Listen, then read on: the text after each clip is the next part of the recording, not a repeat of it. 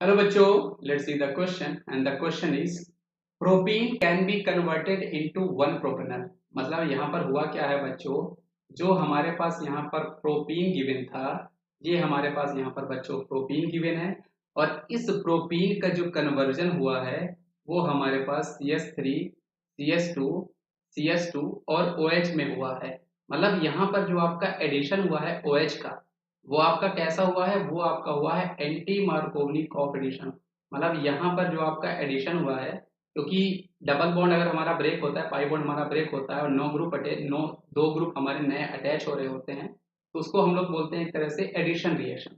और addition reaction यहाँ पे जो हुई है, हम देख सकते हैं कि आपकी एंटी मार्कोवनिकॉफ रूल को इसने फॉलो किया है, क्योंकि H जो है, पॉजिटिव चार्ज जो है वो हमारा इस कार्बन पे जाके अटैच हुआ है और नेगेटिव चार्ज जो है वो हमारा उस कार्बन पे अटैच हुआ है जो हमारा लेस सब्स्टिट्यूटेड है।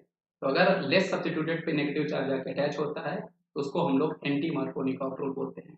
हमें देखना है, क्वेश्चन हमसे पूछ रहा है कि indicates which set of reagent among the following is ideal for the above conversion. मतलब इस कन्वर्जन के लिए हमारा कौन सा रिएजेंट जो है वो हमारा सबसे अच्छा होगा।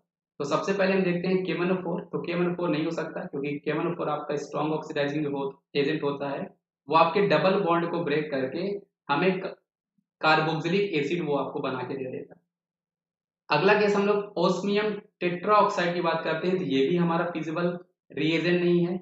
अगर हम ऑप्शन नंबर सी की बात करते हैं तो यही आपका सबसे फिजिबल रिएक्शन है, रिएजेंट है। और इस रिएक्शन को एक्चुअल में हम लोग बोला करते हैं HBO, हाइड्रोबोरेशन ऑक्सीडेशन रिएक्शन, जहां पे हमारा इनडायरेक्ट एडिशन ऑफ वाटर होता है और OH का एडिशन जो होता है वाटर का जो हो रहा होता है वो एंटी मार्कोनिकॉफ रूल को फॉलो कर रहा होता है। ऑप्शन नंबर डी भी आपका नहीं हो सकता बेटा, क्योंकि जब हम लोग ओजोनोलिसिस किया करते हैं अपने एल्कीन का, तो वहां पे हमें एल्डिहाइड और कीटोन प्रोडक्ट मिला करते हैं, ये भी हमारा सही हो सकता है। इसलिए इस क्वेश्चन का सही जवाब हमारे पास होगा B2H6 डाइबोरेन।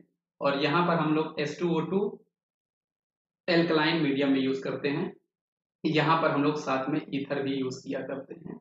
तो इस हिसाब से हमारा सही जवाब ऑप्शन नंबर सी हो जाएगा बच्चों। आई होप आपको ये समझ में आया होगा बच्चों। Thank you.